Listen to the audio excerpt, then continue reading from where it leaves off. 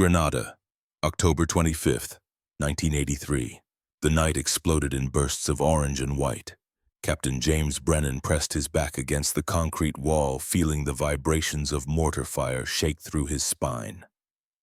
Around him, 6 Marines crouched in the darkness, their faces painted black, their eyes wind with the kind of fear that no amount of training could fully erase. They were pinned down, 300 yards from the compound, enemy fire coming from every angle. Brennan was 35 years old, a 14-year veteran. He had survived 2 tours that the Corps didn't officially acknowledge, and 3 more that they did. He had a daughter back home in North Carolina. Alexis, 21 years old, in college, pre-med, smart as hell and stubborn as her mother. He carried her photo in his left breast pocket, tucked behind the Kevlar plate that was supposed to stop bullets. Tonight it would not be enough. "Captain, we're cut off," Corporal Davies shouted over the chaos, his voice cracking. "Air support's 20 minutes out. We don't have 20 minutes. Brennan closed his eyes for exactly 2 seconds. In those 2 seconds, he ran through every tactical option he had learned at Quantico, every field manual he had memorized, every hard lesson earned in jungles and deserts across 3 continents. When he opened his eyes again, the fear was gone, replaced by something colder, something precise. "Listen to me," he said, his voice cutting through the gunfire like a blade. "We move as one unit, fluid, no hesitation. I taught you the pattern. Serpentine approach, controlled bursts, maintain centerline discipline. You trust me, we all go home." The Marines looked at him, young faces, too young, but they nodded. "On my mark." Brennan rose first, not running, flowing. His M16A1 up and ready, his body moving in a pattern that seemed almost choreographed. Left, right, forward, duck. His boots barely made sound on the broken pavement. Behind him, 6 Marines followed, mirrors of his movement, extensions of his will. The enemy never saw them coming. Brennan cleared the first doorway with a burst of 3 rounds. Dropped the hostile before the man could raise his AK-47. Spun left, another target, 2 rounds, center mass. The Marine behind him moved right, covering the angle Brennan couldn't see. Perfect coordination. No wasted movement. This was what 14 years of experience looked like when it worked. They reached the compound in 4 minutes. 6 Marines, 0 casualties. Inside, they found the hostages. 3 American medical students, bound and terrified, huddled in a corner that smelled of concrete dust and fear. Brennan cut their bindings with his Ka-bar knife. His hands steady, his voice calm. "You're safe now. Stay behind us. Move when I move." But as they turned to leave, Brennan saw movement in the shadows. A figure, small, hunched, hands reaching toward something on the floor. Civilian or combatant?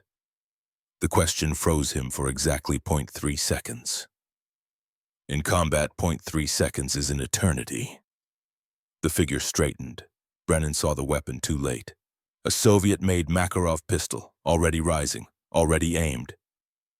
He pushed Corporal Davies aside, felt the impact before he heard the shot, a punch to the chest that knocked the air from his lungs and sent him backward into the wall. The Kevlar plate stopped the first round. The second one found the gap under his arm. Standard body armor weakness, every Marine knew it, including the shooter. Brennan hit the ground. Davies killed the shooter with a 3-round burst, too late to matter. The last thing Captain James Brennan saw was the ceiling of a concrete room 9,000 miles from home. The last thing he thought about was a 9-year-old girl with his eyes and her mother's determination.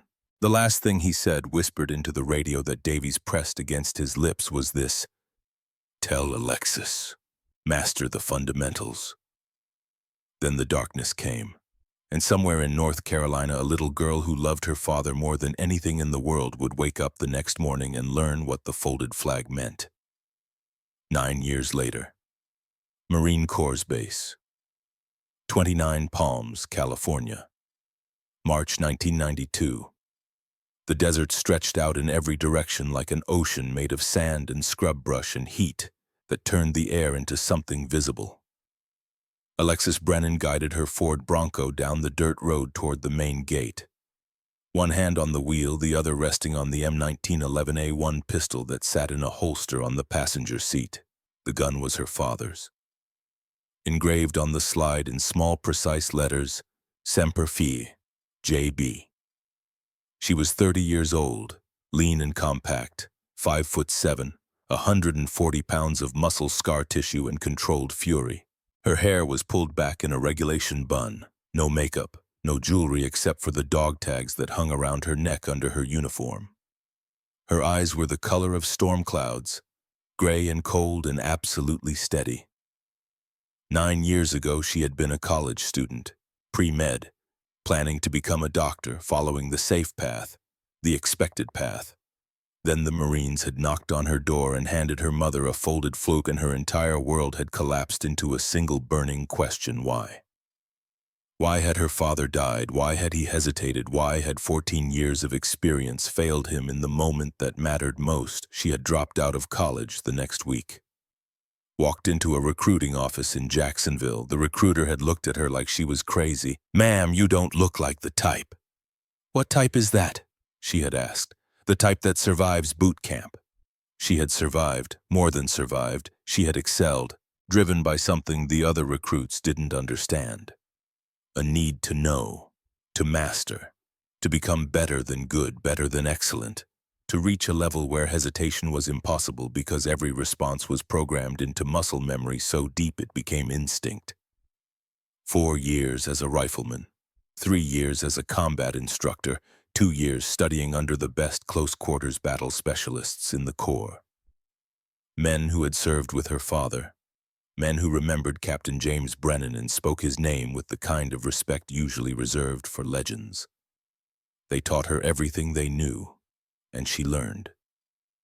At 28, she had become the youngest female Marine to earn the Combat Master Instructor designation.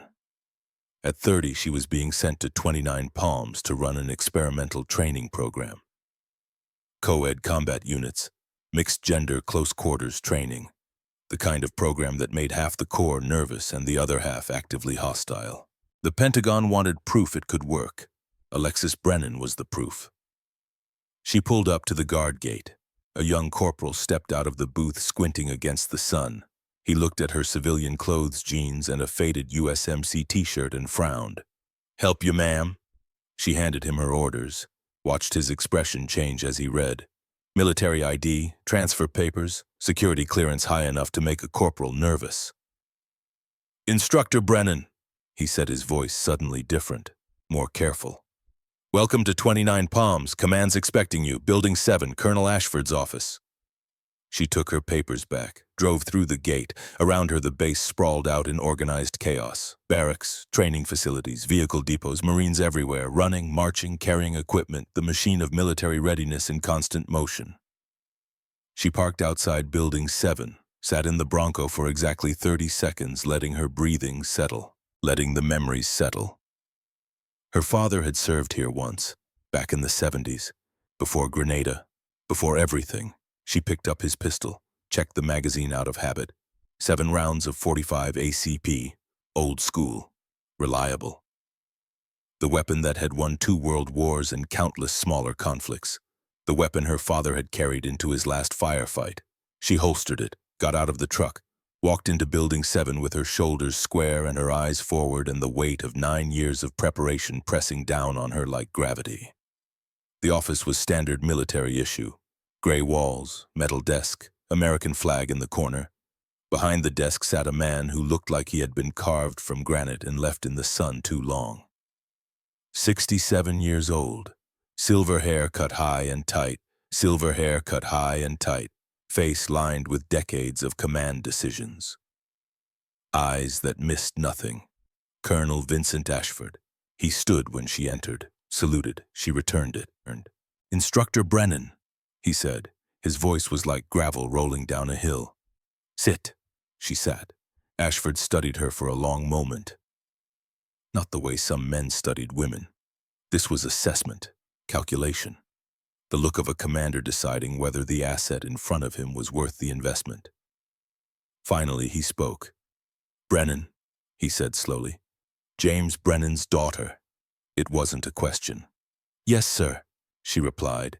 I commanded your father in Grenada, Operation Urgent Fury, October 83. He was the best close-quarters battle specialist I ever served with. Saved 6 Marines that night before he went down. You know how he died. Hesitation, sir. 0.3 seconds. Civilian identification protocol. The hostile exploited the gap. Ashford nodded. That's the official report. You know what I think? No, sir. I think your father was too good, too precise. He followed the rules even when the rules were going to get him killed. There's a lesson in that, Brennan. Sometimes the fundamentals aren't enough. Sometimes you need something more. Alexis met his eyes, held them. My father trained me from the time I could walk, sir. He taught me the fundamentals. Then I spent 9 years learning what comes after the fundamentals. I don't hesitate. Prove it. Give me the chance, sir. Ashford leaned back in his chair. The springs creaked. You're here to run an experimental program. 40 Marines, fresh back from Desert Storm. They crushed the Iraqi army in 100 hours using overwhelming air superiority and technology. They think they're invincible. They think modern warfare has made close-quarters training obsolete. And half of them think a woman has no business teaching them anything. Let me guess, sir, you want me to change their minds. I want you to transform them into a functional unit in 3 weeks. Pentagon observers arrive on day 21 to evaluate the program. If you fail, they shut this down and every female Marine in combat training gets pushed back to administrative roles. You're not just representing yourself, Brennan.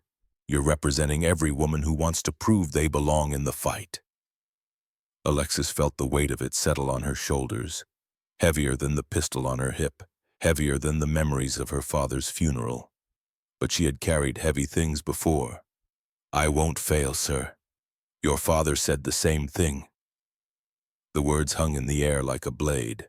Ashford stood, walked to the window, looked out at the desert training grounds where 40 Marines were running drills in the afternoon heat.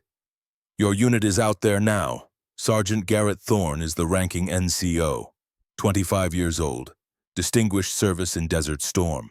Also a grade A asshole who thinks women belong in support roles. He's going to test you, probably within the first 24 hours. How you handle him will set the tone for everything that follows. I'll handle him, sir. Ashford turned back to face her. And for just a moment something shifted in his expression. The granite cracked. Underneath was something older, something that looked almost like regret. Your father saved my life in Grenada, he said quietly. He didn't hesitate then. He saw a grenade roll into our position and he threw himself on top of me. Took shrapnel in the back, didn't even slow him down. 2 hours later he was dead because he hesitated for 0.3 seconds with a different threat. Combat is chaos, Brennan. It doesn't make sense. It doesn't follow rules. Your father was a hero and a casualty on the same night. Remember that. Alexis stood. I remember everything, sir. That's why I'm here. Ashford studied her one more time, then nodded. Dismissed, instructor. Go meet your unit. God help them. The training yard was a rectangle of hard-packed sand and scattered obstacle. Pull-up bars, tire runs, rope climbs, and standing in formation sweating in the California sun were 40 United States Marines. Alexis walked toward them with measured steps. Not hurrying, not slow, just steady. The way her father had taught her to move. Deliberate, controlled, every action intentional. The Marines noticed her immediately. Whispers rippled through the formation. She heard fragments of conversation carried on the desert wind. That's the instructor. Looks like she weighs $120. Gonna be a joke. At the front of the formation stood a man who had to be Sergeant Garrett Thorne. 6'2", 200 pounds of muscle. Blonde hair, square jaw, the kind of face that belonged on recruiting posters.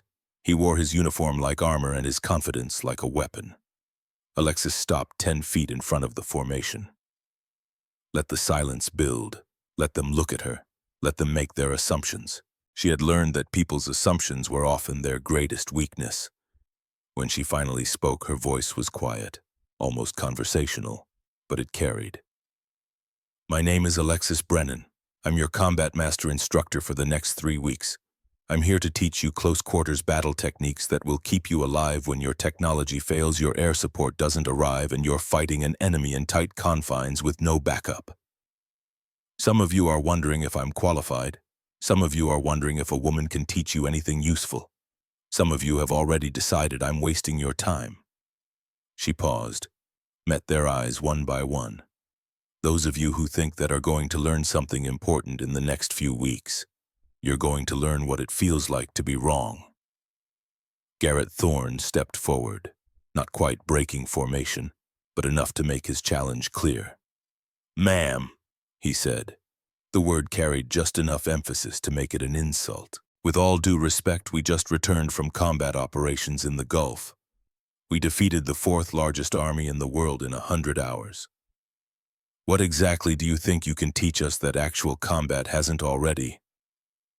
Alexis looked at him, really looked at him, saw the pride, the certainty, the absolute conviction that his experience made him untouchable. She had seen that expression before on the faces of instructors who had underestimated her, on the faces of Marines who thought women didn't belong in combat roles, on the faces of men who confused confidence with competence. "Sergeant Thorne," she said calmly, "what's your hand-to-hand combat certification level?" "Expert, ma'am. Top marks in line training." Line. Linear infighting, neural override engagement. The Marine Corps' modern combative system. Good program, effective, but predictable. "Step forward, Sergeant." Thorne hesitated, just for a second, then moved out of formation. The other Marines shifted, sensing something. The air changed, became electric. "Show me your expert-level technique," Alexis said. "Attack me. Full contact. Show these Marines what combat-tested skill looks like." Thorne smiled, not a friendly smile. "Ma'am, I don't want to hurt you." "You won't." That got his attention. The smile faded, replaced by something harder. He glanced back at his fellow Marines. Calculating. If he refused, he looked weak. If he attacked and somehow failed, he looked worse. But he couldn't imagine failing. Not against a woman who weighed 140 pounds and looked like a strong wind might knock her over. He made his choice. Thorne came in fast, textbook line technique. Left jab to create opening, right cross following. Looking to overwhelm with speed and power, the kind of attack that worked on 90% of opponents. Alexis wasn't 90%. She shifted, not a big movement, just a half step left, her body angled. Thorne's jab passed 2 inches from her face. His cross followed. She redirected it with her forearm, using his momentum, adding to it, guiding it past her center line. Thorne stumbled, off balance. Just for a second. A second was all she needed. Alexis moved inside his guard, her hand locked onto his wrist. Pressure point, radial nerve. She applied exactly the right amount of force in exactly the right direction, and Thorne's entire arm went numb. His body followed his arm down. Natural response to sudden nerve disruption. He hit the sand hard enough to raise dust. 4 seconds, start to finish.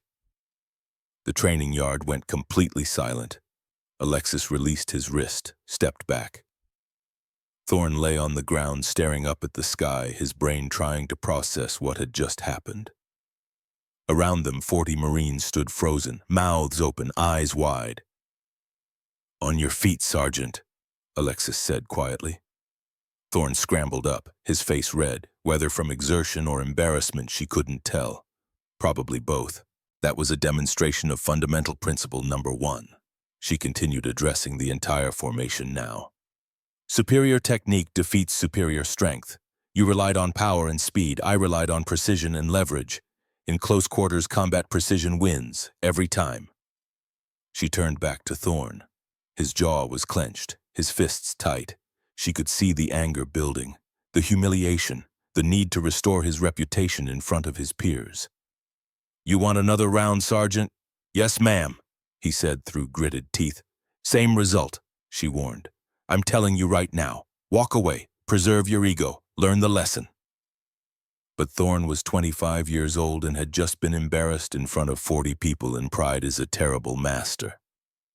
"I wasn't ready, ma'am. Let's go again." Alexis sighed. All right, but this time bring friends, make it interesting.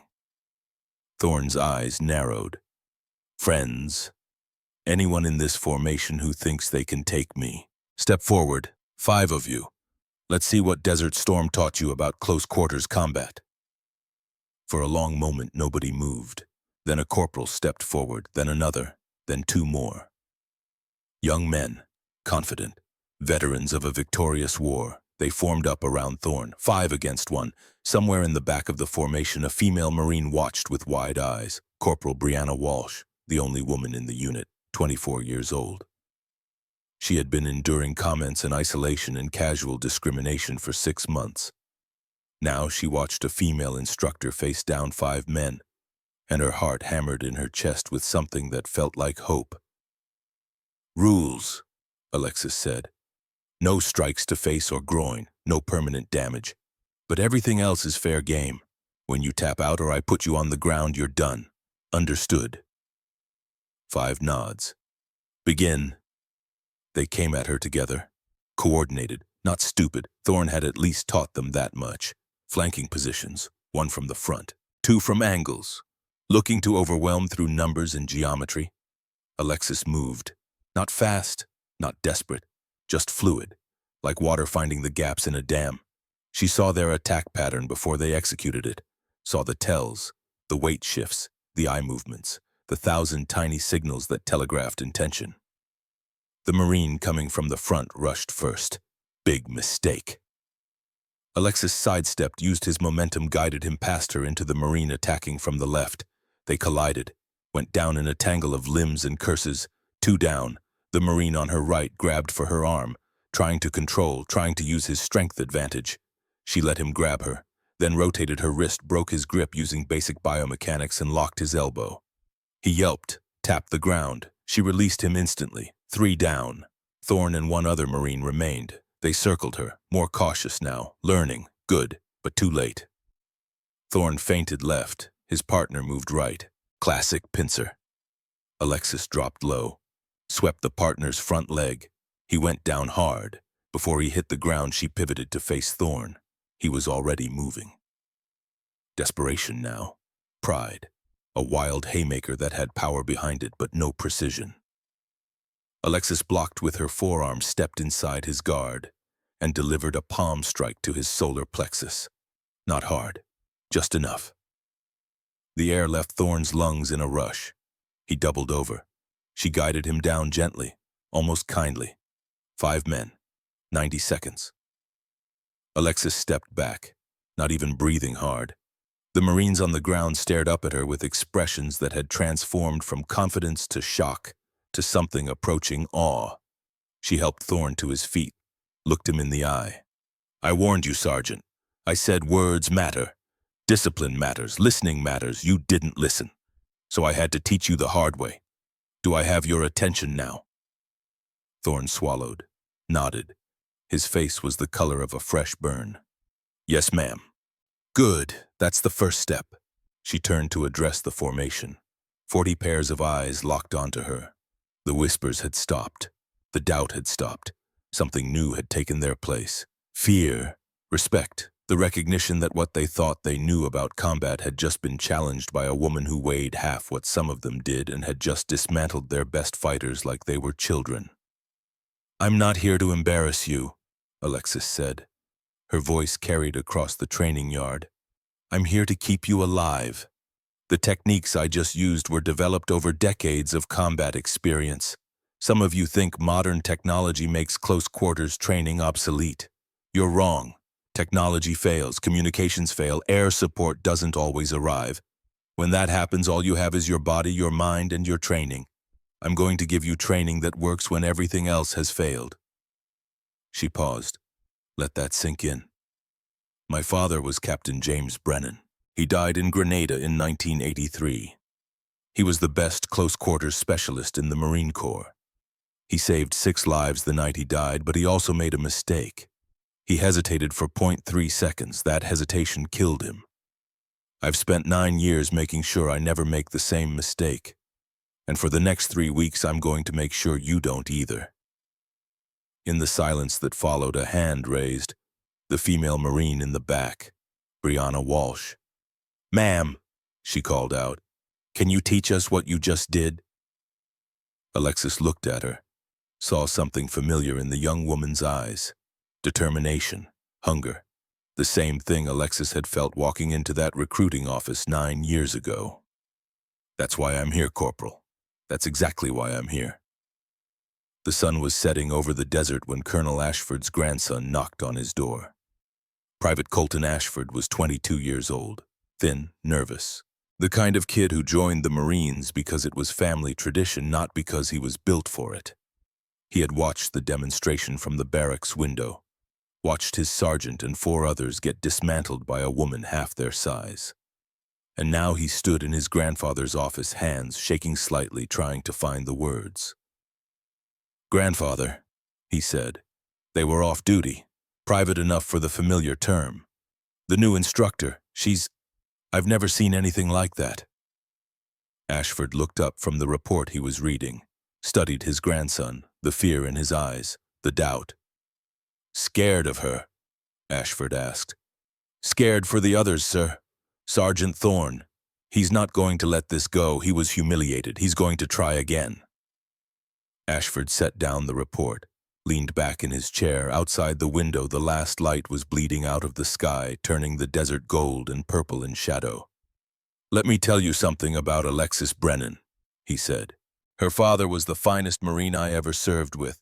Brave, skilled, absolutely committed. He saved my life in Grenada. Threw himself between me and a grenade, took shrapnel in the back and kept fighting. 2 hours later, he was dead. You know why?" Colton shook his head. "Because he was too good, too precise. He followed the rules even when the rules were going to kill him. He hesitated because that's what the rules said to do. Hesitation in combat is death." Ashford paused. His daughter learned from his mistake. She doesn't hesitate. She doesn't follow rules that don't serve survival. And if Sergeant Thorne tries her again, he's going to learn that lesson too. The only question is whether he learns it the easy way or the hard way. "Should I warn him, sir?" "No." Ashford's voice was firm. "Let him make his choice. That's how Marines learn, through consequences. Alexis Brennan will teach him, just like she'll teach all of you, whether you want to learn or not." Colton left the office with more questions than he arrived with. But as he walked back to the barracks, he thought about the female instructor who moved like water and struck like lightning and carried her dead father's pistol like a promise. And somewhere in the California desert, Alexis Brennan sat alone in her temporary quarters, cleaning that same pistol with practiced hands, thinking about the 40 Marines she was responsible for, and the 3 weeks she had to transform them, and the legacy of a father who had died because he was 0.3 seconds too slow. She would not be too slow.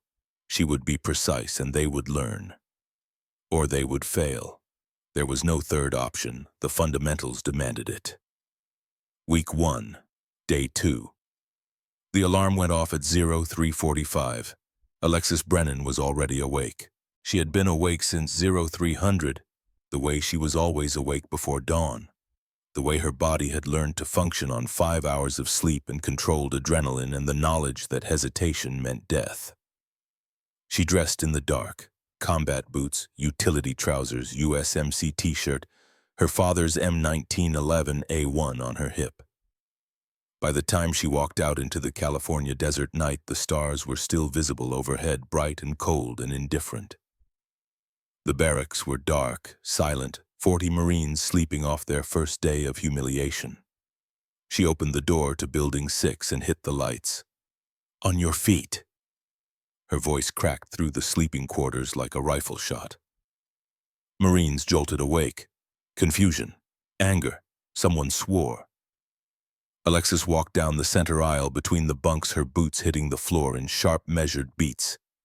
"You have 4 minutes to be in PT formation outside. 4 minutes. Anyone not in formation runs an extra 5 miles. Move." Chaos erupted. Marines stumbling out of bunks, searching for boots, pulling on shirts. Garrett Thorne sat up slowly, his face a mask of barely controlled rage. He locked eyes with Alexis as she passed his bunk. "This is harassment, ma'am," he said. Alexis stopped, turned, looked at him with those storm-gray eyes that gave away nothing. "No, Sergeant. This is training. You want harassment, I can arrange that too. 3 minutes, 45 seconds. She walked out. 4 minutes later, 38 Marines stood in formation. Garrett Thorne and another Marine arrived at 4 minutes, 12 seconds. Alexis noted it without comment, just pointed to the road that led out into the desert darkness. 5 miles, double time. Sergeant Thorne and Private Morrison lead. The rest of you stay together. Anyone falls out, everyone runs it again. Go! They ran. Alexis ran with them, not in front, not in back, moving through the formation like a ghost appearing beside Marines who were struggling, matching their pace, her breathing steady while theirs came in ragged gasps. At mile 3, Private Morrison stumbled, went down hard on the sand and gravel. The formation kept moving, leaving him behind. "Halt!" Alexis's voice cut through the darkness. 40 Marines stopped, turned, watched as Alexis jogged back to where Morrison lay clutching his ankle, his face twisted in pain. "Can you walk?" she asked. "I think so, ma'am." "Then get up, lean on me." She helped him to his feet, put his arm over her shoulder. 140-pound woman supporting a 190-pound Marine, they hobbled back to the formation together. "Listen carefully," Alexis said to the assembled Marines. "In combat, you don't leave people behind. Ever. Morrison fell. That means we all failed. We run this again tomorrow. Same time. And we keep running it until every single one of you crosses the finish line together." "Understood." "Yes, ma'am." They finished the run, Morrison limping, Alexis beside him, the formation moving at his pace, slower, painful, but together. When they returned to base, the sun was just breaking over the desert horizon, turning the sand gold and the sky the color of fire. Garrett Thorne pulled Alexis aside as the formation dispersed. "Ma'am, that was a waste of time. Morrison's weak. He should be cut from the program." Alexis looked at him, really looked at him, saw the certainty, the conviction that strength was all that mattered, the same conviction that got Marines killed when they abandoned teammates who couldn't keep up. "Sergeant, in Grenada, my father could have left 6 Marines behind and completed his mission alone. He would have survived. Instead, he stayed with them, moved at their pace, made sure they all extracted together. He died saving them. You think that was weakness?" Thorne's jaw clenched. "That's different, ma'am." "No, it's not. Strength isn't leaving people behind. Strength is making sure everyone comes home. You learn that or you fail my program. Your choice." She walked away, leaving Thorne standing in the desert mourning, his fists clenched, his pride burning like acid in his throat.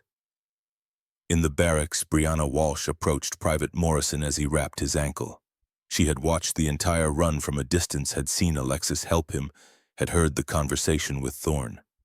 "That instructor," Brianna said quietly. "She's different." Morrison nodded, wincing as he tightened the wrap. "Different how?" "She actually gives a damn." 300 yards away in his office, Colonel Vincent Ashford watched through binoculars as Alexis Brennan stood alone in the training yard, running through close-quarters combat drills with invisible opponents, her movements precise and flowing and absolutely deadly. He had seen those same movements 23 years ago, in a concrete room in Grenada, performed by a man who would be dead 6 hours later. The ghost had returned. And this time the ghost was ready. Week 1, Day 4. The classroom was hot. 40 Marines sat at metal desks, sweating in the afternoon heat, watching as Colonel Ashford stood at the front beside a projection screen showing grainy photographs from another era. "East Germany, 1979. Ashford said, his voice carrying the weight of decades. "I was 32 years old, intelligence officer, operating in Soviet-controlled territory. My mission was simple: don't get caught, extract information, survive." He clicked to the next image, a photograph of a younger Ashford in civilian clothes standing on a gray street in a gray city that looked like hope had died there long ago. The Stasi were the best surveillance apparatus in human history. Cameras everywhere, informants everywhere. One wrong move and you disappeared into a concrete cell. So I learned to be invisible. Gray man tactics. Blend in. Move like you belong. Never stand out. Another click. An image of Soviet soldiers patrolling a checkpoint. Technology was different then. No cell phones, no GPS, no satellite communications, just tradecraft, human skill, the ability to read a situation and adapt faster than your enemy could respond. That's what kept me alive for 3 years behind the Iron Curtain. He turned to face the Marines. Some of you think modern technology has made those skills obsolete. You're wrong. Technology fails. Batteries die. Satellites get jammed. Communications get intercepted. When that happens, all you have is your training and your brain. Instructor Brennan is going to teach you skills that don't require batteries. Skills that have kept warriors alive for thousands of years. You will listen. You will learn. Or you will fail and die when the technology abandons you in the field. Alexis stood at the side of the room watching. She had heard Ashford's stories before, had studied his career. 3 years in East Germany, 2 years in Afghanistan during the Soviet occupation, a decade running black operations that no official record acknowledged.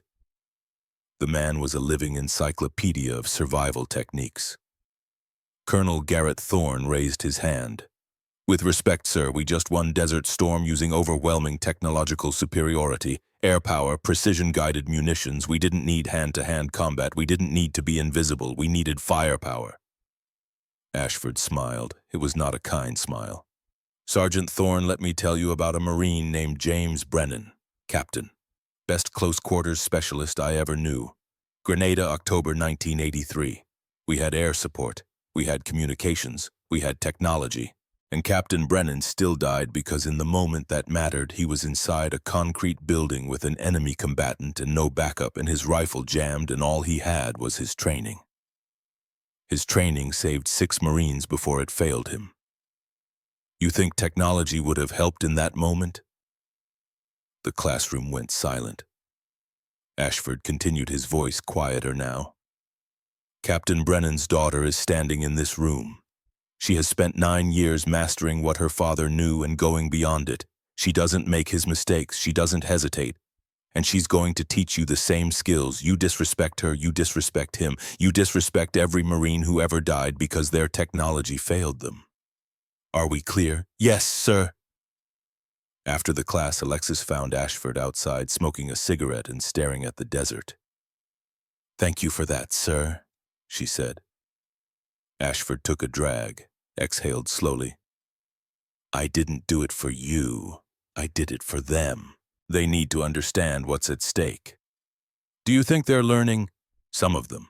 Thorne is a problem. Pride. Ego. He sees you as a threat to his authority. He's going to test you again. Let him. Ashford looked at her. Your father would have said the same thing. You know how that ended. I'm not my father, sir. I don't hesitate. No, you don't. That's what worries me. He dropped the cigarette, ground it under his boot, walked away without another word. Alexis stood alone in the fading light, thinking about hesitation and survival, and the 0.3 seconds that had killed her father. She had eliminated that gap, trained it out of her system through 10,000 hours of repetition until response became automatic, bypassing conscious thought entirely. No hesitation. No mercy, just precision. She touched the M1911A1 on her hip, felt the worn grip, the engraving. Her father's last words echoed in her memory. Master the fundamentals. She had mastered them. Now she would pass them forward. Week 2, midnight. Alexis was in the training yard alone, moving through drills under the desert stars. Punches to invisible targets, kicks that snapped with controlled violence, grappling techniques practiced against the air. Her body flowed from stance to stance, muscle memory so deep it required no conscious thought. She didn't hear the footsteps until they were close. Private Colton Ashford stood at the edge of the yard watching her. 22 years old, thin, uncertain, the opposite of his grandfather in every way that mattered. Can't sleep, Private? Alexis asked without stopping her movements. No, ma'am. I keep thinking about the demonstration. How you moved. It was like you knew what Sergeant Thorne was going to do before he did it. I did know. She stopped, faced him. He telegraphed his intentions. Weight shift, eye movement, shoulder rotation. Most people don't see those signals, but if you train yourself to read them, combat becomes predictable. Colton stepped closer, hesitant. Ma'am, can I ask you something? Go ahead. How do you deal with fear in the moment when it matters?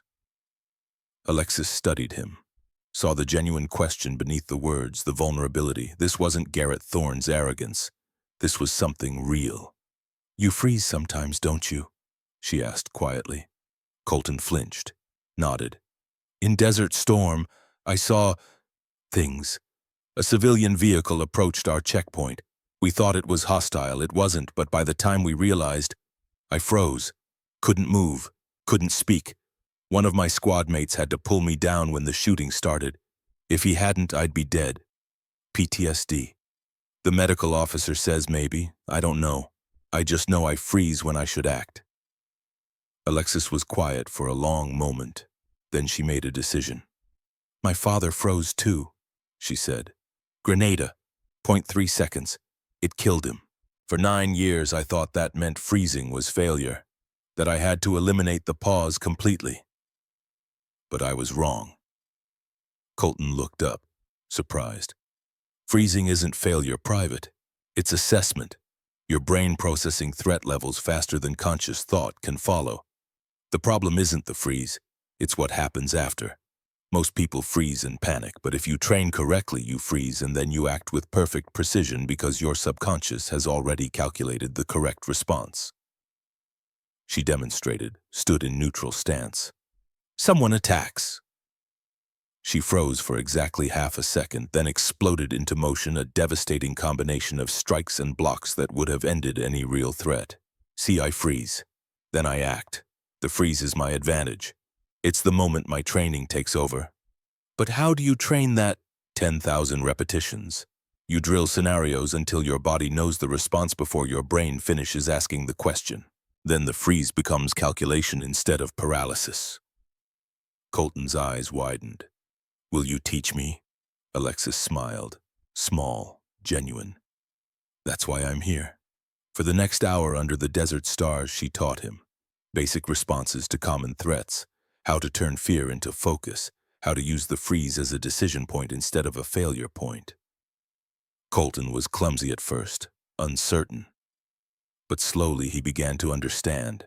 They didn't see Garrett Thorne watching from the barracks window. Didn't see the anger building in his face as he watched the female instructor give special attention to the colonel's grandson.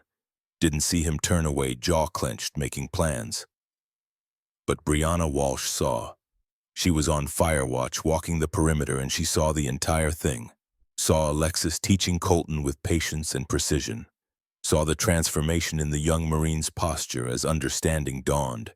And she thought, this is what leadership looks like. Week 2. Day 9. The confrontation came during afternoon hand-to-hand drills. Alexis had paired the Marines for practice, Brianna Walsh with another corporal. Colton Ashford with a private his size. The drills were going smoothly until Garrett Thorne walked over to where Colton was struggling with a basic wrist lock. Move, Thorne told the private. I'll show the colonel's pet how it's really done. Alexis was across the yard working with another pair. She heard the commotion, turned, saw what was happening. Sergeant Thorne, she called out. Stay with your assigned partner. Thorne ignored her, faced Colton. Come on, Ashford. Show me what the instructor taught you last night. Let's see if private lessons help. Colton's face went red. The other Marines were watching now. The implication was clear. Favoritism, special treatment, nepotism. Sergeant, Alexis said, walking toward them. Her voice was ice. Step away from Private Ashford, now! Or what, ma'am? You going to put me on the ground again in front of everyone? Is that how you maintain discipline? The training yard went silent. Every Marine stopped, turned. This was the moment everyone had been waiting for. The second confrontation, Thorne's attempt to reclaim his authority. Alexis stopped 10 feet away, looked at Garrett Thorne with absolutely no expression on her face. When she spoke, her voice was quiet, conversational, somehow more terrifying because of it. Sergeant Thorne, you have two choices. Choice 1, you apologize to Private Ashford for implying he receives special treatment. You return to your assigned partner and we continue training. Choice 2, you double down on your disrespect. I file an official complaint with Colonel Ashford, and you spend the next 3 weeks on sanitation duty while the rest of your unit trains for the Pentagon evaluation. Your career ends here. Your choice. 10 seconds. Thorne's face went through several colors. Red, purple, something approaching gray, his fists clenched and unclenched. Every instinct in his body was screaming at him to attack, to prove himself, to restore his damaged pride. But he wasn't stupid. He looked around the training yard, saw 40 Marines watching, saw Brianna Walsh with her arms crossed waiting to see what he would do, saw Colton Ashford, the kid he had been tormenting for weeks, standing straighter now, more confident, and he understood in that moment that Alexis Brennan had already won. My apologies, Private Ashford, Thorne said through clenched teeth. I was out of line. Accepted, Colton said quietly. Thorne turned and walked back to his partner without another word. The training yard exhaled. Marines returned to their drills, but something had shifted. Everyone felt it. The balance of power had changed. After training, Brianna Walsh found Alexis in the equipment room. Ma'am, that was incredible. How did you know he would back down? Alexis looked up from the gear she was inventorying. Because Sergeant Thorne is a bully corporal, and bullies only fight when they're certain they can win. I gave him a choice where both options ended with him losing. He chose the option that hurt less. Have you been dealing with men like him your whole career? Every day since I enlisted?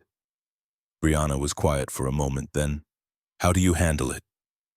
The disrespect, the assumption that you don't belong. Alexis set down the clipboard, gave Brianna her full attention. I prove them wrong. Every single day, I outwork them, outperform them, show them that gender is irrelevant when skill is absolute. Some of them learn, some of them don't, but all of them remember.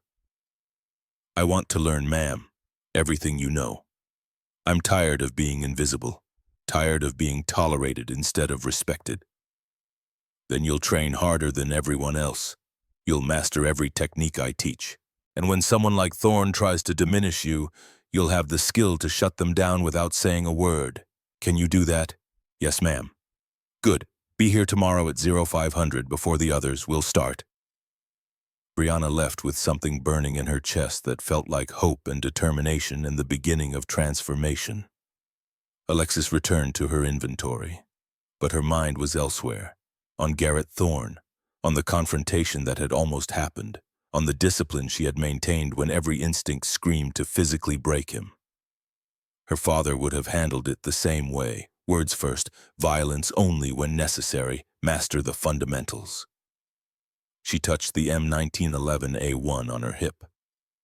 Wondered what he would think of her now, if he would be proud, or disappointed that she was still fighting the same battles he had fought 20 years ago. The answer didn't come. It never did. Week 2. Day 12. Colonel Ashford called the meeting in his office after dark. Present himself Alexis and the senior training staff. The topic: the field exercise scheduled for week 3.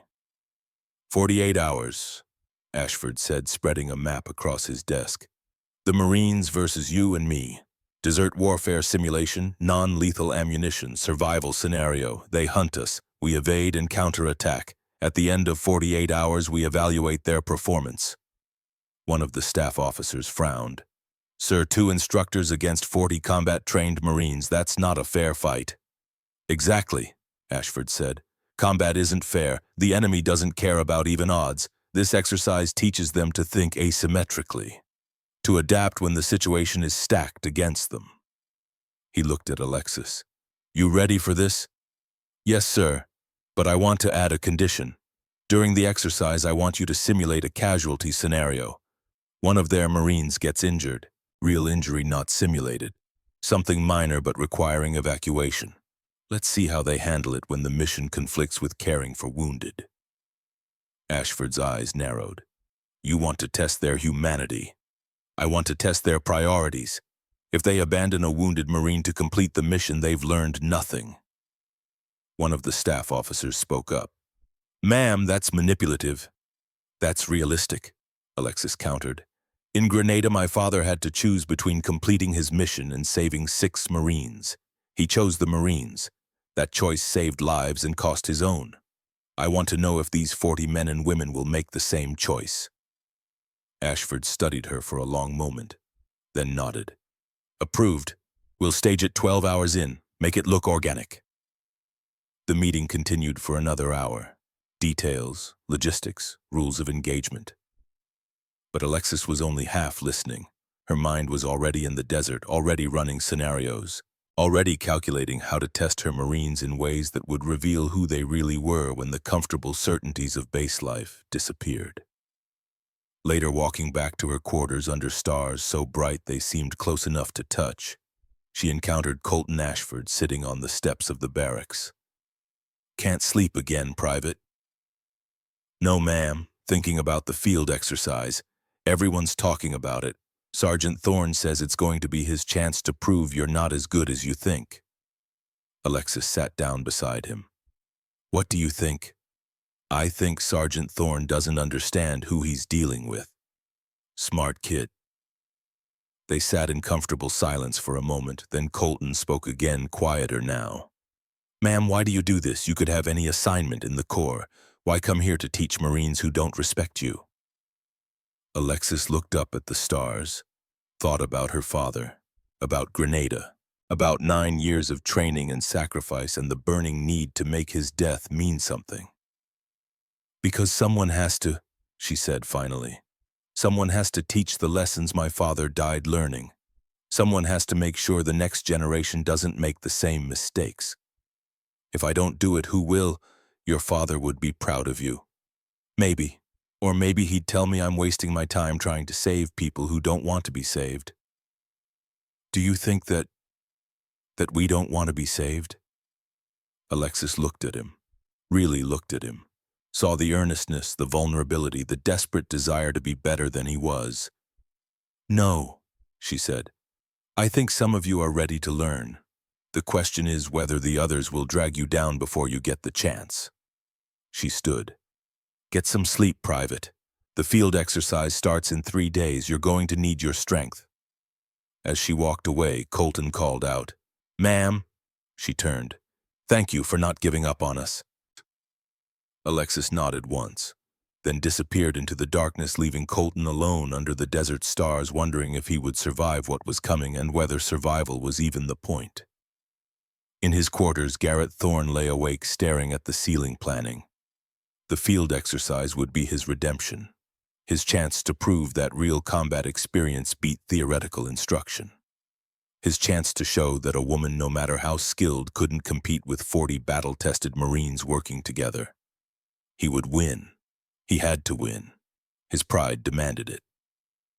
And 3 buildings away, Colonel Vincent Ashford poured himself 2 fingers of scotch and raised the glass to a photograph on his desk. Captain James Brennan in dress uniform, young, confident, alive. Your daughter is magnificent, James, Ashford whispered. She's everything you were and everything you could have been. I just hope these Marines are smart enough to learn from her before it's too late. He drank. The scotch burned. Outside, the desert wind picked up, howling across the base like the ghosts of wars past, carrying with it the promise of trials yet to come. The transformation had begun.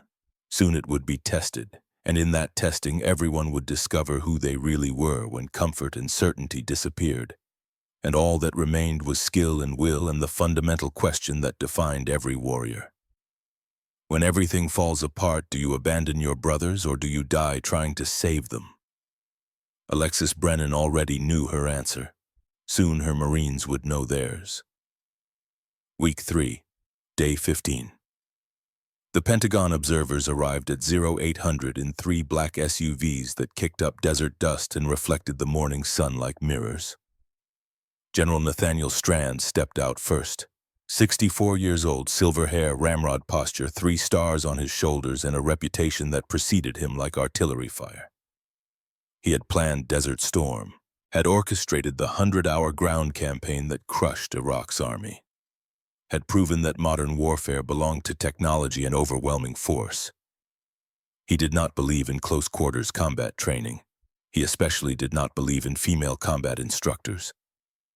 Colonel Ashford met him at the command building, saluting sharply. The two men had known each other for 30 years, had served together in Germany during the Cold War, had maintained a professional respect that occasionally bordered on friendship. "Nathaniel," Ashford said, "welcome to 29 Palms." "Vincent," Strand's voice was gravel and authority. "Let's skip the pleasantries. I'm here because the Pentagon wants proof that this experimental program works. Co-ed combat training, female instructors, 3 weeks to transform a unit. Frankly, I think it's political theater, but I'll evaluate fairly. Where's your instructor?" "Training yard. She's running the Marines through final preparations." They walked together across the base. Behind them, 2 DoD analysts and another general followed, carrying clipboards and evaluation forms and the bureaucratic weight of military advancement. The training yard was organized chaos. 40 Marines running obstacle courses, practicing hand-to-hand techniques, conducting weapons drills, and moving through them like a current through water was Alexis Brennan. Correcting stances, demonstrating techniques, her voice carrying across the yard with calm precision. Strand stopped at the fence line, watched for exactly 90 seconds, then turned to Ashford. "She's young, 30 years old, youngest combat master instructor in the Corps. James Brennan's daughter." It wasn't a question. Strand had done his homework. "Yes," Ashford confirmed. "You knew him. By reputation, Grenada. He saved 6 Marines and paid for it with his life. I read the after-action reports, textbook close-quarters specialist, but dead is dead, Vincent. Skill doesn't matter if you don't survive." His daughter learned from his mistakes. "We'll see." Strand walked to the training yard gate. Alexis saw him immediately. Read the stars on his uniform, understood who he was and why he was here. She called the formation to attention, then approached and saluted. "General Strand, Instructor Alexis Brennan. Welcome, sir." Strand returned the salute, studied her with eyes that had evaluated thousands of Marines over decades of service. Looked for weakness, uncertainty, any crack in the professional armor, found none. "Instructor Brennan," he said, "I'm here to evaluate your program. I'll be frank, I'm skeptical. We won Desert Storm with technology and firepower. I don't see how 3 weeks of hand-to-hand training prepares Marines for modern warfare. Convince me I'm wrong." Alexis met his gaze without flinching.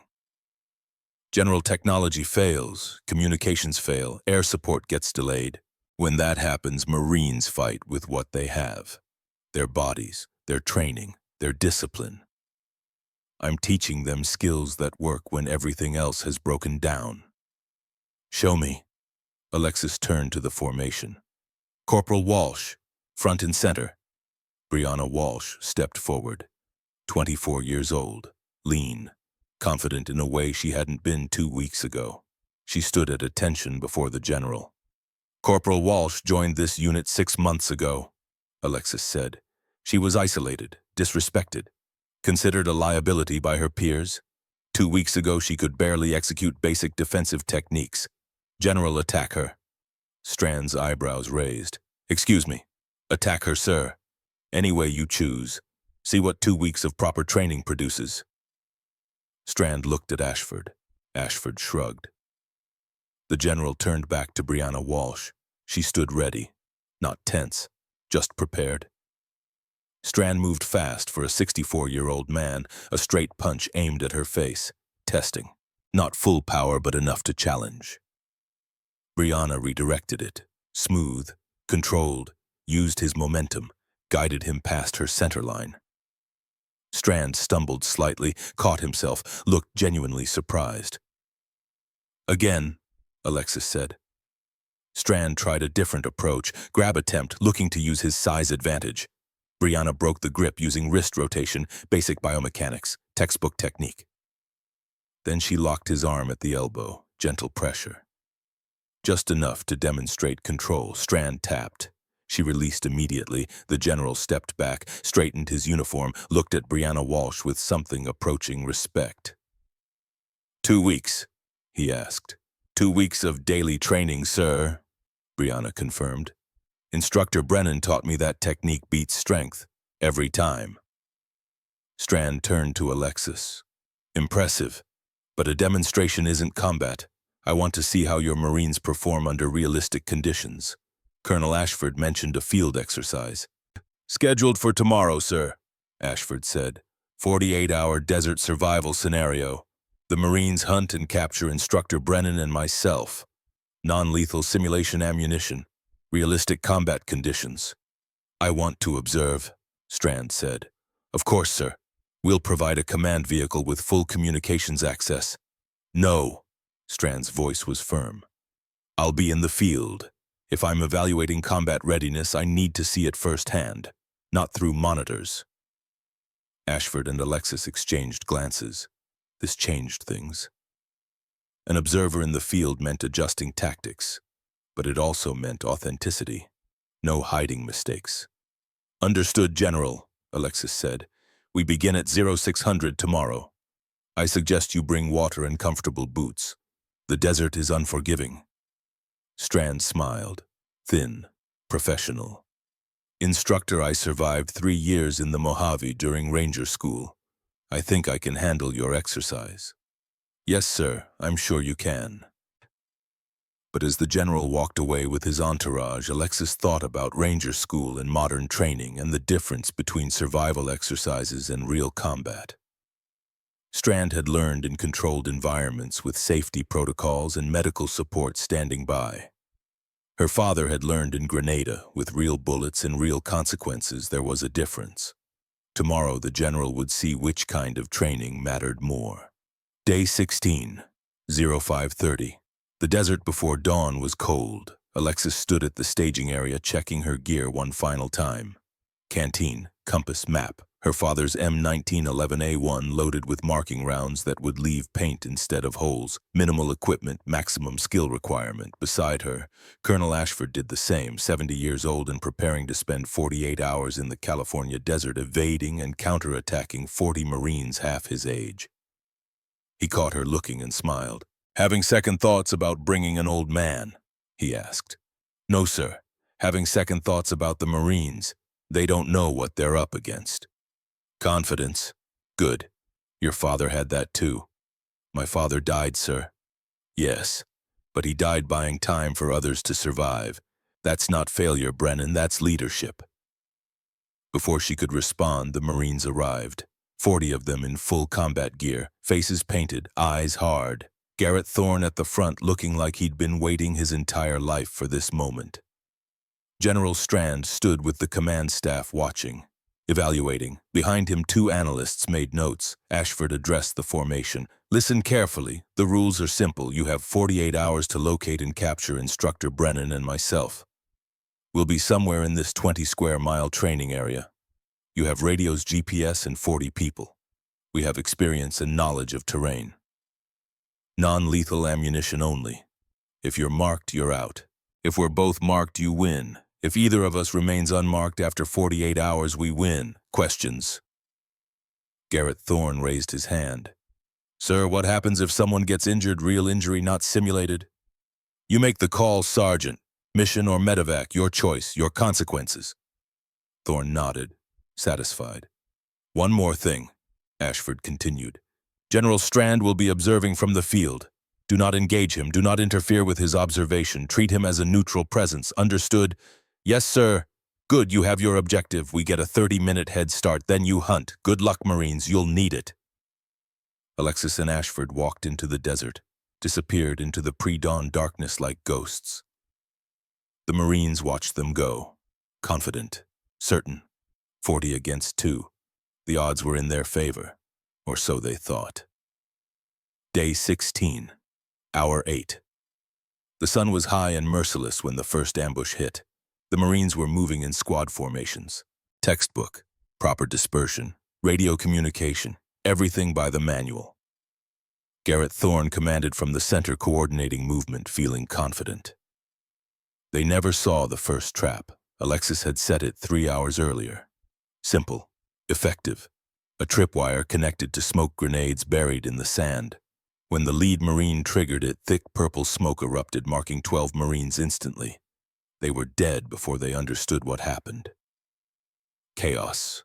Shouting. Marines diving for cover. Then the marking rounds came from 2 directions. Ashford from the north, Alexis from the east, precision fire. Each round finding a target. 3 more Marines marked. 15 down in 20 seconds. Thorne screamed orders. Return fire, suppress, and maneuver. But by the time the Marines organized, Alexis and Ashford were gone. Vanished into the desert like they'd never been there. Thorne stared at the marked Marines, 15 out of 40. More than a third of his force eliminated in the first engagement. His face was the color of raw meat. Regroup, he ordered. Reform squads, tighten dispersion, watch for traps. 300 yards away, crouched behind a rock formation, General Strand spoke quietly into his radio. Command, are you recording this? Yes, sir, came the response. All observation drones are active. Good. Make sure the Pentagon sees this. This is textbook asymmetric warfare. He lowered the radio. Thought about Desert Storm, about overwhelming force and technological superiority, about the certainty that modern warfare had evolved past individual skill. And he thought about 2 instructors who had just decimated a force 3 times their size using nothing but terrain knowledge and patient preparation. Maybe he had been wrong. Maybe skill still mattered. Day 16, hour 14. Night fell. The temperature dropped 30 degrees. The Marines made camp in a defensive perimeter, posting guards rationing water. They had lost 15 people and hadn't even seen their targets clearly. Morale was low. Garrett Thorne sat apart from the others, studying a map by red-filtered flashlight, trying to predict where Alexis and Ashford would be, trying to regain control of a situation that had spiraled away from him. Brianna Walsh approached. Sergeant, the squad leaders are asking for guidance. Do we continue the search at night or wait for dawn? We wait, Thorne said. Moving at night gives them too much advantage. We consolidate, rest, resume at first light.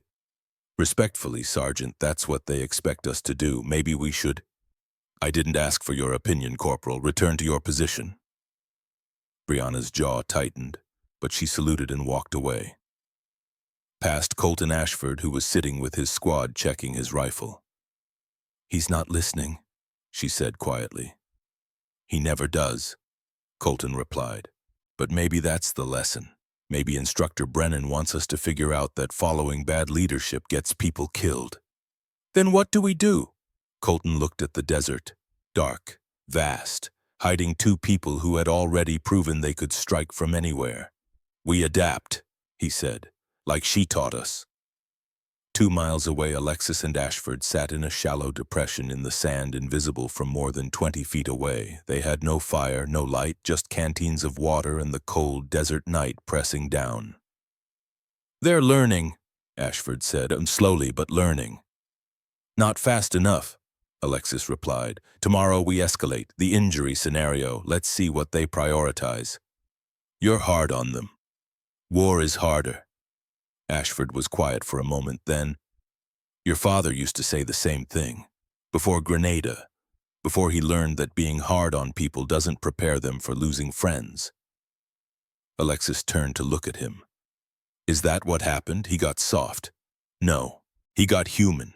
Realized that keeping people alive mattered more than completing missions. That's why he stayed with those 6 Marines. Why he died saving them. He chose people over objectives.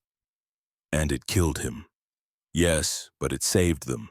Sometimes that's the trade. Alexis looked up at the stars, thought about her father, about choices and consequences and the mathematics of sacrifice. Tomorrow, she said quietly, we'll see if they understand that. Day 17, hour 24. The second ambush came at dawn. The Marines were moving again, more cautious now, checking for traps. But Ashford had set this one differently. A fake trail, boot prints in the sand leading to a rocky outcropping. The Marines followed, confident they'd found their target's position. They found Alexis instead. She came from behind, silent, moving through their formation like a blade through water, marking rounds fired in controlled bursts. 4 Marines down before they even knew she was there, too. Garrett Thorne spun around, saw her. Finally, 20 yards away, clear shot. He raised his rifle. Alexis moved. Thorne fired, missed. She was already gone, diving behind cover. He fired again. The round passed through empty air. She reappeared 30 feet to the left, fired once. The marking round hit Thorne's chest plate. Center mass, perfect shot. He was dead. The sergeant commanding the exercise was out. For a moment, the Marines didn't know what to do. Their leader was eliminated, the chain of command broken. Then Colton Ashford stepped forward. "Corporal Walsh, you're senior. What are your orders?" Brianna looked around, saw 19 Marines remaining out of 40, saw General Strand observing from a nearby ridge, saw the desert stretching endlessly in every direction. She made a decision. "We split into 3 squads, 5, 5, and 9. The 9-person squad pursues Instructor Brennan. The 2 5-person squads flank wide and try to locate Colonel Ashford. We communicate every 15 minutes. Anyone makes contact, everyone converges. Move smart, move quiet. Assume they're watching everything we do." The Marines moved to comply. Discipline returning, purpose restored. Watching from concealment, Alexis allowed herself a small smile. Finally, they were learning. Day 17, hour 30. The injury happened exactly as planned. Colton Ashford's squad was moving through a narrow ravine when his boot caught on loose rock. He went down hard, his ankle twisted with an audible pop. Not simulated, real. He screamed. His squad surrounded him immediately. 1 Marine called for the medic, but the medic had been marked out in the first ambush. They had basic first aid, nothing more. Brianna Walsh arrived with her squad within minutes. Assessed the situation. Colton's ankle was already swelling, possibly broken, definitely requiring evacuation. "Call for medevac," 1 Marine said. "That disqualifies us," another argued. "We fail the exercise." Everyone looked at Brianna. This was the test. Mission or Marine, objective or brother. What mattered more, Brianna keyed her radio. "Command, this is Corporal Walsh. We have a casualty requiring immediate evacuation. Private Ashford ankle injury, possible fracture. Requesting medevac to our position." Silence on the radio, then Colonel Ashford's voice speaking for the first time since the exercise began. "Corporal Walsh, be advised that calling for medevac will terminate the exercise. Your unit will be marked as failed. Confirm your request." Every Marine in the squad looked at Brianna, waiting. She thought about Alexis Brennan, about the lessons, about strength and priorities and what it meant to be a Marine. She thought about Alexis helping Private Morrison finish that 5-mile run, about refusing to leave people behind. "Request confirmed, sir," she said firmly. "We don't leave Marines behind. Medevac requested."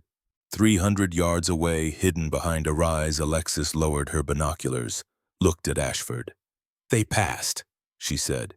"Yes," Ashford replied. "They did." He keyed his radio. "All Marines exercise terminated. Medical helicopter inbound. Well done, Corporal Walsh. You made the right call." 20 minutes later, the helicopter landed. Medics loaded Colton Ashford. His ankle was sprained, not broken. He'd be fine in a week. As the helicopter lifted off, the remaining Marines gathered in a loose formation, exhausted, covered in dust and sweat, marked with paint and failure. Alexis and Ashford emerged from concealment, walked toward them. General Strand was already there, standing with the Marines, his uniform somehow still crisp despite 24 hours in the field. Alexis addressed the formation. "You failed the tactical objective. You didn't capture us. You lost more than half your force. By the metrics of the exercise, you lost." She paused. "But you succeeded at something more important. When faced with choosing between mission and Marine, you chose Marine. Corporal Walsh, you could have left Private Ashford and continued. You didn't. That decision defines you as a leader." She looked at each of them, saw the transformation. 2 weeks ago they had been arrogant, certain, untouchable. Now they were humbled, tested, aware. "In Grenada," Alexis continued, My father faced the same choice. Mission or Marines? He chose Marines. It cost him his life. But those 6 men survived. They went home to families. They lived full lives. My father's death bought that, and I will never call that failure. The Marines stood straighter. General Strand stepped forward. Instructor Brennan, I came here skeptical. I believed modern warfare had evolved past the need for close-quarters training. I was wrong. He turned to the Marines. I watched you for 24 hours. I saw you make mistakes. I saw you learn from them. I saw Corporal Walsh make a decision that contradicted tactical objectives but honored Marine Corps values. That's what training should produce, not robots, not tacticians, but leaders who understand that people matter more than plans. He looked back at Alexis. Your program has my full endorsement. The Pentagon will receive my recommendation for expansion. Alexis saluted. Thank you, sir. Don't thank me. You earned it. You and every Marine who refused to leave a brother behind. Day 21. Final evaluation. The ceremony was formal. Parade grounds, dress uniforms, flags snapping in the desert wind. The 40 Marines stood in formation, and despite everything they had endured, they stood proud. General Strand presented the unit commendation. Exceptional Readiness Certification. Official Pentagon approval. Garrett Thorne, standing in formation with a humility that hadn't been there 3 weeks ago, watched as Alexis Brennan received her own commendation. Combat Instructor of Excellence. After the ceremony, he approached her. Ma'am, he said. His voice was different, quieter. I owe you an apology. I disrespected you. I disrespected your father's memory. I disrespected everything the Marine Corps stands for. I was wrong, and I'm sorry. Alexis looked at him, saw genuine contrition, growth, change. Apology accepted, Sergeant. Now take what you learned and teach it to others. That's how you make this right. Yes, ma'am, I will. He saluted. She returned it. He walked away a different man than he had been 3 weeks ago. Brianna Walsh was next. She handed Alexis a small package. Inside was a custom unit patch. Brennan's Warriors, 29 Palms, 1992. We all contributed, Brianna said. We wanted you to know what you built here, what you gave us. Alexis felt something unexpected. Emotion, pride, the sense that maybe finally her father's death had meaning beyond grief and loss. Thank you, Corporal. This means more than you know. Later, as the sun set over the desert, Colton Ashford found her alone at the training yard. His ankle was wrapped, but he was walking without crutches. He handed her an envelope. Don't read it now, he said. Save it for when you doubt yourself, for when you wonder if this matters. Inside the envelope was a single sheet of paper, handwritten. Instructor Brennan. You taught me that freezing isn't failure. It's the moment before precision. You taught me that fear is assessment, not weakness. You taught me that leaving people behind is the only real failure. My grandfather told me about your father, about Grenada, about the choice he made. You carry his legacy, but you've made it your own. You've created something new, something better. Thank you for not giving up on the invisible soldier. Semper Fidelis, Private Colton Ashford. Alexis read it twice, folded it carefully, put it in her breast pocket next to her father's photograph. Colonel Ashford found her there an hour later. You're leaving tomorrow, he said. It wasn't a question. Yes, sir. Reassignment to Quantico, senior instructor position. They're lucky to have you. These Marines were lucky to have you. I was lucky to have them, sir. They taught me as much as I taught them. Ashford was quiet for a moment, then he pulled something from his pocket. A set of dog tags. Old, worn, engraved with a name and service number. Brennan James D. Capt, USMC. These were recovered from your father's body in Grenada, Ashford said quietly. I've kept them for 9 years, waiting for the right moment to pass them on. I think that moment is now. Alexis took them with shaking hands, felt the weight, the history, the connection to a man she had loved and lost and spent 9 years trying to honor. He would be proud of you, Ashford said, not because you didn't make his mistakes, but because you took his sacrifice and made it mean something. You've trained dozens of Marines who will train hundreds more. His lessons will echo forever. That's legacy, Brennan. That's immortality. Alexis couldn't speak, could only nod, could only stand there in the desert sunset holding her father's dog tags and feeling the weight of everything she had built and everything she still had to build. Ashford saluted her one final time, then walked away, leaving her alone with the memory of her father and the promise of warriors yet to come. That night, Alexis stood alone at the training yard one final time. The desert wind carried the smell of creosote and sand. Somewhere in the barracks, 40 Marines slept. Tomorrow they would deploy to new assignments, carry her lessons to new units, teach others what she had taught them. She pulled out Colton's letter, read it again by moonlight. Thank you for not giving up on the invisible soldier. Her father had never given up either. On the 6 Marines in Grenada. On the Marines he'd trained before that. On her even when she was too young to understand what he was teaching. She looked at his dog tags in her other hand, felt the worn metal, the engraved name. I didn't give up, Dad, she whispered to the desert night. I never will. Somewhere above the stars wheeled in their ancient patterns, indifferent, eternal. But down here in the sand and heat and blood and sacrifice, something had changed. 40 Marines who would never forget, one instructor who had finally found peace, and a legacy that would echo long after the desert wind erased their footprints. Alexis Brennan walked back to her quarters. Tomorrow she would leave for Quantico, but tonight she had honored her father's memory. Master the fundamentals, she had, and the fundamentals would save lives for generations to come. 6 months later, September 1992. Somalia, Mogadishu. Operation Restore Hope was just beginning, and Sergeant Garrett Thorne was leading his squad through urban streets that smelled like gunpowder and fear and approaching chaos. An ambush, hostile fire from 3 buildings. His squad pinned down. Thorne didn't panic, didn't freeze. He remembered. Fluid movement, centerline control, use terrain, adapt. He moved his squad using techniques Alexis Brennan had taught. Flanking maneuvers, suppressive fire, calculated aggression, they extracted without casualties. That night, he sat in a dusty compound and wrote a message on official Marine Corps stationery. Instructor Brennan, your lessons just saved 9 lives in Mogadishu. Thank you. Semper Fi, Sergeant Garrett Thorne. At Marine Scout Sniper School, Corporal Brianna Walsh became the first female graduate in the program's history. During her graduation speech, she spoke about a female instructor who had taught her that strength transcends gender. That skill defeats assumption, that persistence breaks barriers. The commandant of the school asked for Alexis Brennan's contact information. Wanted to discuss expanding female integration. The ripples spread. At Quantico, Alexis Brennan stood before a new class. 60 Marines, mixed gender, skeptical faces.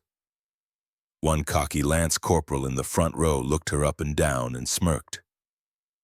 Ma'am, respectfully, what can you teach us that we don't already know? Alexis smiled.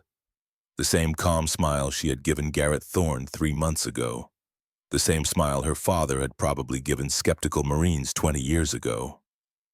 I warned the last class, she said quietly. They didn't listen at first. They learned. Will you? She touched the dog tags hanging around her neck. Her father's tags, the weight of legacy and sacrifice and lessons learned in blood. The classroom was silent, waiting, ready, and Alexis Brennan began to teach. The same lessons her father had died learning, the same principles that had kept warriors alive for thousands of years, the same truth that transcended technology and gender and politics and pride. Skill matters, discipline matters, people matter. Everything else is negotiable. Her voice carried across the classroom with perfect precision. Legends aren't loud. They're precise. They don't demand respect. They earn it, and they echo forever. She paused, let it settle. My father was a legend, not because he was perfect, but because he chose people over objectives. That choice cost his life. but it saved 6 Marines who went home to their families, who raised children, who lived full lives. That's not failure. That's the highest form of success. She looked at each face, saw the doubt begin to crack, saw curiosity replace skepticism. For the next 12 weeks, I'm going to teach you how to make the same choice. How to be warriors who fight with skill and lead with humanity. How to be legends worth echoing. She walked to the training mat at the front of the classroom. Who wants to go first? A hand raised, then another, then 10 more. They were ready to learn, and Alexis Brennan was ready to teach. Outside the window, the sun rose over Quantico, painting the sky gold and crimson. Another day, another class, another generation of warriors who would carry her father's legacy into battles not yet fought in places not yet named. She touched the dog tags at her throat, felt their familiar weight. Her father's voice whispered in memory, clear as the morning light. Master the fundamentals. She had. And now, standing before 60 eager faces in a classroom that smelled of coffee and possibility, she would pass them forward, one lesson at a time, one Marine at a time, forever.